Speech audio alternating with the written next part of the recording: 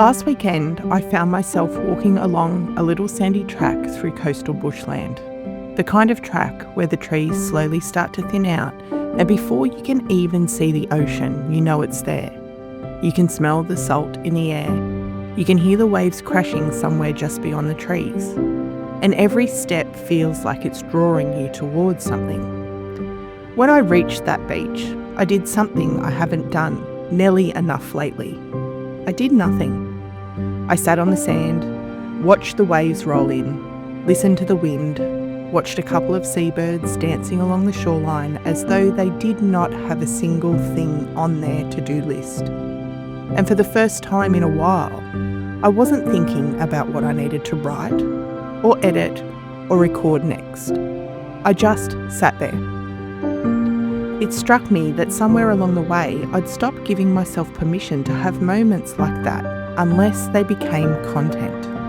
As though every beautiful place needed to become an episode. Every adventure needed to become a story. Every quiet moment needed to teach me something. But sitting there, I realised that maybe the greatest gift nature gives us isn't always another story to tell. Sometimes it simply reminds us to come back to ourselves.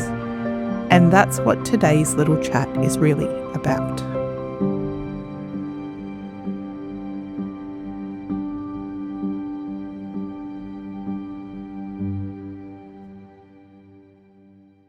Before anyone panics, no, this isn't one of those podcast episodes where I announce I'm disappearing into the wilderness forever. Although, if I am honest, it does sound pretty appealing. I just wanted to climb into your ears for a couple of minutes and have a quick chat. No guest this week. No big story, just me sharing a decision that's been quietly growing over the last few weeks. Because if I've spent quite a few episodes now talking about living in alignment with our values, then I think it is only fair that I let you see what it actually looks like when it's my turn to make a hard decision. I have decided that If These Trees Could Talk is going back to fortnightly episodes. Not because anything is wrong. In fact, it's almost the opposite. I think that it's time to start listening to the advice that I have been sharing with all of you. When Megan and I decided to move to weekly episodes at the beginning of the year, it felt like the right decision, and in so many ways it really was. This was about trying on where the podcast was organically moving. It was about saying yes to more conversations, to more stories, and following the things that inspired me in the hope they would inspire you too. And I am so glad we did. We have met extraordinary people, and we've told stories that I don't think I would have told otherwise. This little community has continued to grow far beyond anything I expected, and I've learnt more about myself as a storyteller than I ever imagined.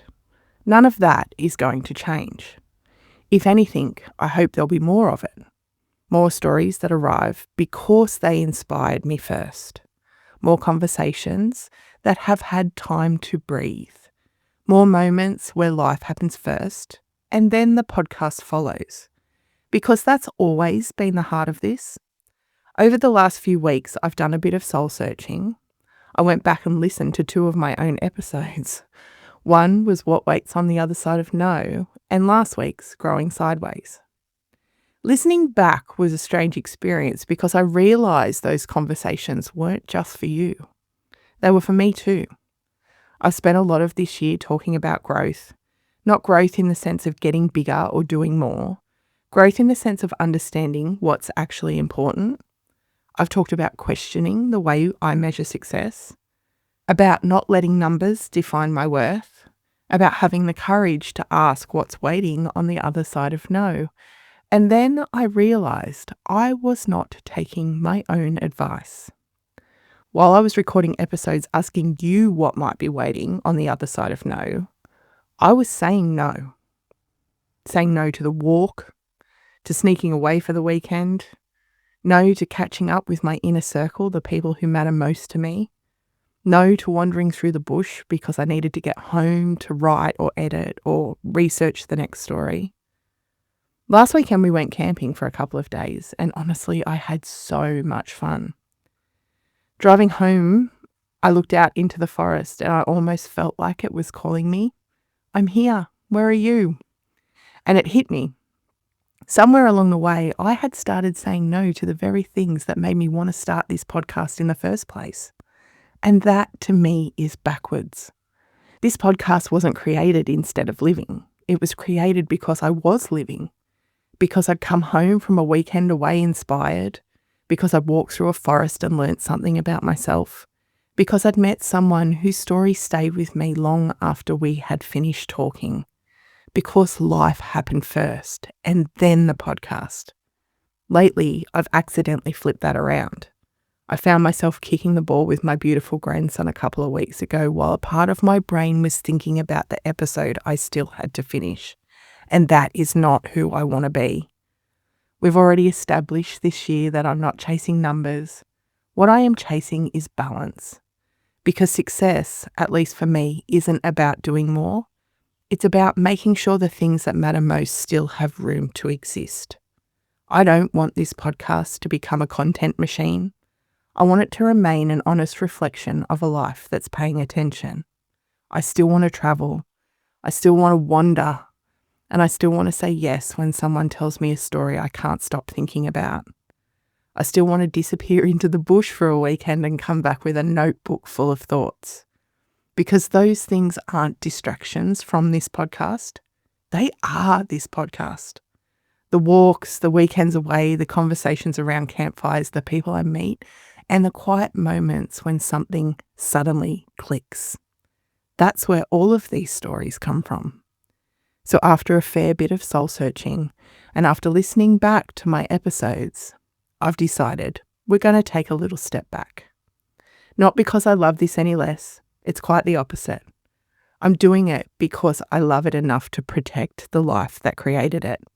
And the best part is that none of this actually makes me sad.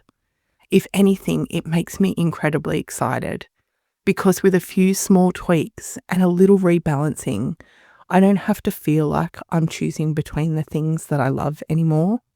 I can still have this podcast, I can still have adventures, and I can still say yes when the forest is calling me. I can still spend unhurried time with the people I love. And I can keep bringing you stories that I've had time to grow before I ask you to sit with them. I don't think growth is about squeezing more into our lives. I think it's about understanding what's important enough to build our lives around. And maybe that's what this year has been teaching me. So thank you for being a part of the journey that has helped me figure that out.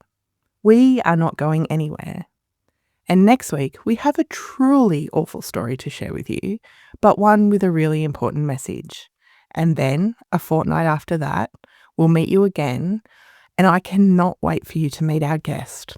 Her name is Ruth Carroll, an extraordinary woman whose early childhood shaped what became an almost unimaginable life, and whose story today is one of extraordinary resilience, hope, and healing. I think you are going to love getting to know her.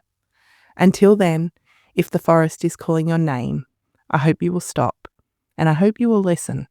I know I will.